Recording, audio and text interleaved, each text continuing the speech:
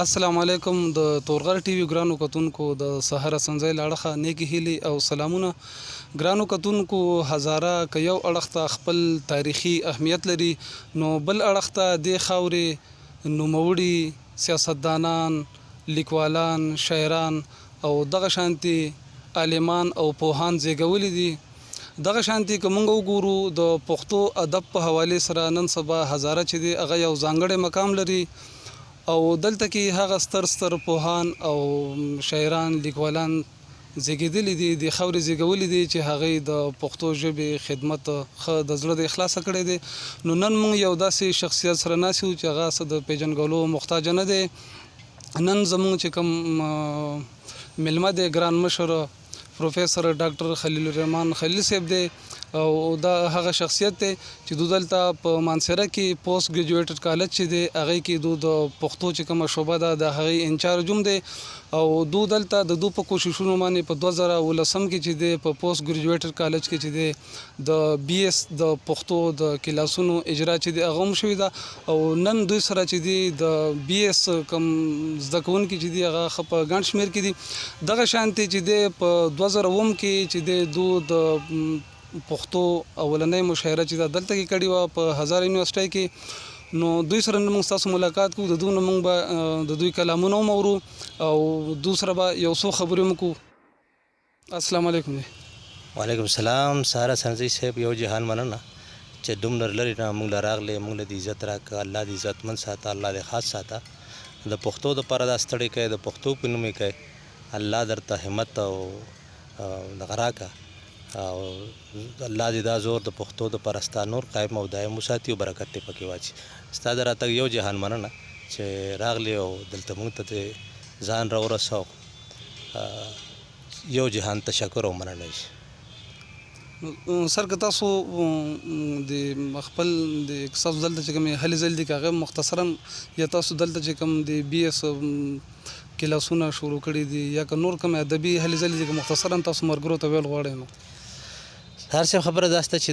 د پښتو بي اس شروع کول د خو زما سرکاري منصب دی چې د پښتو پروفیسور یم او په کال 2019 کې چې کله دلته د پښتو د بي اس منځوري شو نو ډېر په ګرانو حالاتو کې ما د پښتو د کلاس شروع کړ هغه مشکلات خپل په ځای خو نن ډېر خوشاله یم چې هغه کم ونه چې موږ نه لکړې واغ نن یو باراور درخت په صورت کې دی او باراوري ونی په صورت کې په مخاراتلون کې ده نن موږ سره د موږ د 2019 نه شروع کړی و او د وخت 2019 دی موږ سره د بي اس پښتو درې بیا جادي وخت سبق وي د سرونه پاسه پکې لکان جنې کې سبق وي الحمدلله ډیر کامیاب سر روان دي او څومره چې ما توقع ساتله زبرداوم چې دغه نه زیات مینا د دې خلکو اوسیدونکو طالب علمانو دغه مور او پلار او مشرانو او خدله ولې په مانسره غونډه ځای کې دریس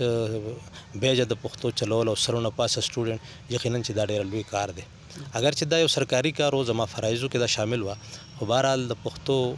سره د مینې هغه الیمنٹ هغه عنصر پکې موجودو چې ما د دې مشکلاتو ته نه دي کتلی او د دې تکلیفاتو ته نه دي کتلی په ځان مې سختي تیری کړې دي لیکن ما چې دا کار به سر ته رسوم ولې چې په دې سیمه باندې په سرکاري حیثیت کې یو داسې کار روانول دا ډیر ضروری او الحمدلله ډیر کامیاب سر روان دي اوس خدا سدا چې په مخه به چلیږي کوم یو کنیو دا ونه اوس ان شاء الله کاملېدو ولا دا مونږ نو بل برازي نه مې نسل شته او سلسله روانه ان شاء الله یقینا د کې تاسو کوم منډه تړ چې هغه د قدر ور دي او د ستایني ور دي او د کې کتون کو تاسو په نږدې ورځو کې چې د خپل پی ایچ ډي چې دی هغه مکمل کړی د کتون کو تاسو وجه تاسو خپل پی ایچ ډي څنګه واپس کې مکمل کړ ما تیر کال یو نیم مخ کې خپل د پی ایچ ډي کمپلیشن کړی دی او زما د پی ایچ ډي د ټاپک چې کوم هغه د شلمې صدې د پښتو د شاعرۍ عمرانی مطالعه الحمدلله ما پاغه تیسیس کړی دی هغه ډیګري میچور شو نوټیفیکیشن یو شو نو دا زما په ژوند کې تعلیمي کیریر کې یقینا د هر چا یو لوی مهم کار وي چې هغه د پی ایچ ډي ډیګري سر ته ورسی یعنی ګران کار دی مشکل کار دی الحمدلله ما په ګرانو حالاتو کې کړی دا لیکن سر ته مې رسول دی الله ډیر شکر دی مور پلار د مشرانو او د عمرګرو دعاګانې چې خدای دا کار سر ته ورسو دې سره تاسو یو سوال بل کړی چې د هزارې د ادب په هلو ځلو باندې هم تاسو خبره وکړئ. نو سهار صاحب تاسو ته معلومه ده چې په هزارې کې په کال 1992 کې مونږه د دې نه مخکې هم د ادب سلسلې وې او ادبي خلق و شاعرانو و ادیبانو د هغو به لږ ډېرې ناستې وې. لیکن په کال 2009 کې 1992 کې مونږه باقاعده یو تنظیم په شکل کې دا پوره هزارې دپاره شروع کړ پښتو اکیډمي هزارې په صورت کې. نن هم هغه تنظیم شته، نور ګڼ تنظیمونه دي، ټول کار کوي، ټول ښه کار کوي. الحمدلله الحمدلله ثم الحمدلله چې نن تاسو ګورئ زه ګورم چې لسته تنظیمونه ښه چمتو دي او ښه جوش او جذبې سره په کار کوي. نو دا یو ډېر لویه کامیابي ده چې خپل ژبې سره، خپل کلتور سره، خپل ثقافت سره د دې ځای شاعر او ادیب کوي شروع دی. دا یو سوال بل پکې راغی، دا به نوم تاسو نو کو چې یو څو لسیزې مخکې چې د زموږ پښتونخوا کې یا نور کې پښتنې سیمې دي په هغه کې یو داسې عام تاثر و چې یاره هزاره چې دی دا د انکو ویونکو چې دی سیمه ده او دلته کې پښتانه بچا منلوم نه او اوس هغه هزاره ده چې هغه په پښتو ادب کې د زما چې د نورې پښتونخوا نه یا نور پښتنو سیمونه که مخکې نه نو اوږه په اوږه سره روان دي. نو دې باره کې تاسو څه وایئ؟ سهار صاحب دا یو تاثر ضرور و او واقعي چې هو او اوس هم دی. موږ منو ذات د دې سیمې خلک یو چې دلته هندکوش دی، د دې ځای ژبه ده، زموږ د خلکو ژبه ده او زموږ د قوم خلک یې وایي،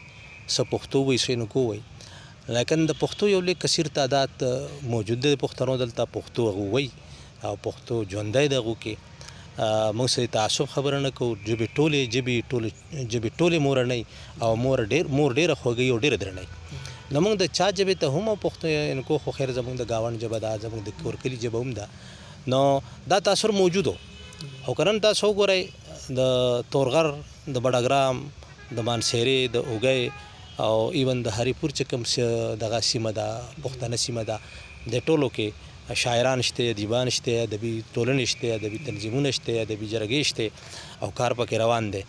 دغه یو زنده ثبوت چې کوم تاسو دا وایم چې خلکو چې دلته هندکو زیات اکثریت دی.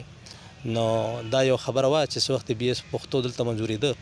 نو چا وویل چې په پېښور کې چې هلته خو هندکو دا پښتو شته نه، نو دا ډپارټمنټ تاسو ولې هلته ورکوئ؟ نو چا ورته ویل چې بس منظور شوی دی موږ یې ورکوو چې ونه چېرې د بند به شي.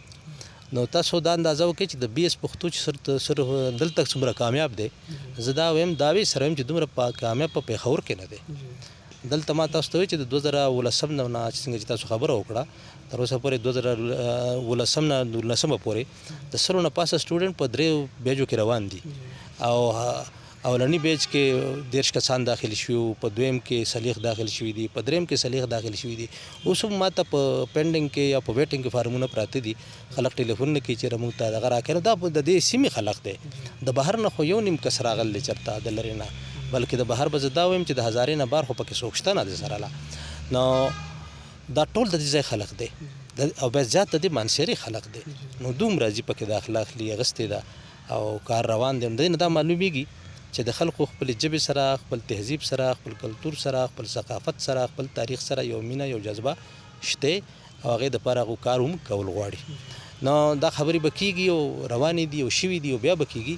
خو بهرحال موږ به خپل کار کوو. زموږ د چا سره تعصب نشته په دې کې. هره ژبه محترمه ده، هر ژبه ویونکی محترم دی.